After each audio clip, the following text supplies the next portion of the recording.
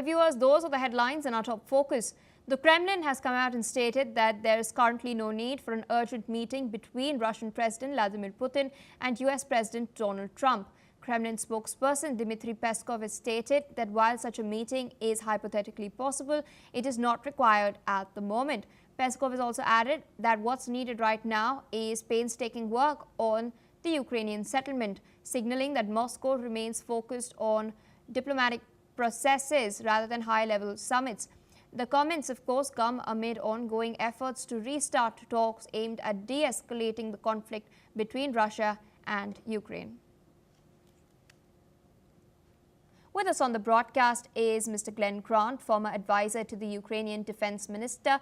Thank you so much for taking out time and speaking to us on NewsX World. Fresh statement coming in from Kremlin. How do you read into this? Well, it's typical nonsense on the Kremlin side, but there never was going to be a meeting. I think people read too much into the press things and believe them. There never was going to be a meeting. This meeting was put forward by Trump, and it's part of his attempts to move the agenda away from the Epstein files, yes, which he is suffering badly from in America. So the Russians were never involved in wanting a meeting anyway. So it always was something from Trump. And now the Russians are trying to use it to actually put the blame onto Ukraine. And we're going to see a lot more of this because Russia is having a difficult time at the moment in all sorts of areas. So they will do anything they can at the moment to shift the emphasis of the press and media things onto Ukraine. So watch more for this. Indeed. And, critics are arguing that this is one of Russia's strategies to merely stall at the moment, even as it is intensifying attacks on the front lines, intensifying attacks on Ukrainians' power grids, energy grids as well, which has left thousands without electricity, especially with now a winter coming in as well. And another concern that critics have had is the fact that any such high-level summit would not include the presence of the Ukrainians, of President Zelensky on the negotiating table. Yeah, I mean, there are two or three things in that. I mean, to take the last one, I mean, the Russians still see that this is a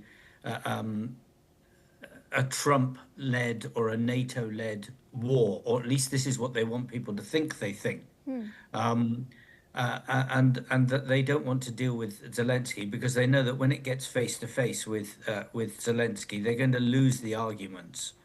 And I mean the sort of the point that they're stalling. Well, they're not stalling. They're saying straightforward that they're not going to engage in talks until the fundamental matter of Ukraine is fixed, and their view of what this fundamental matter is that Ukraine should submit to Russia completely, and that isn't going to happen. So it's not a case of stalling, it's a case of just trying to find different ways of saying the same message, which is we're keeping going and we're going to keep going until we win. Indeed, as you pointed out, what the Russian spokesperson has basically hinted at is the fact that Russia expects territorial concessions from Ukraine. Meanwhile, we did see these talks collapse after a memo was sent from Moscow to Washington. There's a lot of talks that this is the main contentious point over which these talks that were supposed to take place in Budapest collapsed over. Ukraine, of course, has been calling for a ceasefire first. It seems that the Trump administration has backed this as well. In the meantime, there's another statement that has come in from the Kremlin, and their spokeswoman, Maria Zakharova, has come out and stated that the EU is complicit in international terrorism as it continues to sponsor Kiev. She's added that the European Commission may postpone its decision on what she claims is expropriating Russia's assets. She's, of course, pointing to the frozen assets that the EU plans to use to fund Ukraine's defenses. What do you make of this rhetoric? Well, rhetoric from Russia is usually lies and nonsense, and this is. I'm sorry, but this is another one of the same thing. I mean, to blame the EU for something that Russia itself is doing is rich indeed.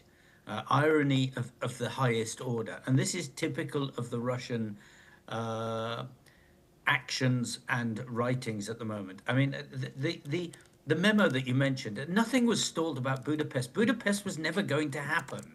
You have to really understand. People must understand this. Budapest was just another action for people to distract from the realities of what is actually going on the ground and what is actually going on in America. So that memo was nothing. It was as a nothing burger, as the Americans would say. It was just there to add to the fun of the messing up of people's minds, to try and make people believe things that are not actually real. Real, there was never going to be a Budapest meeting. Real, EU is only doing what it can to help Ukraine survive and the EU survive. What comes out of Russia is to muddy the waters. So don't get confused with these things, people, please. All right, so requesting you to stay on with us. We're tracking some other crucial Okay. updates as far as the war is concerned. We're now learning that in Ukraine, nearly 60,000 people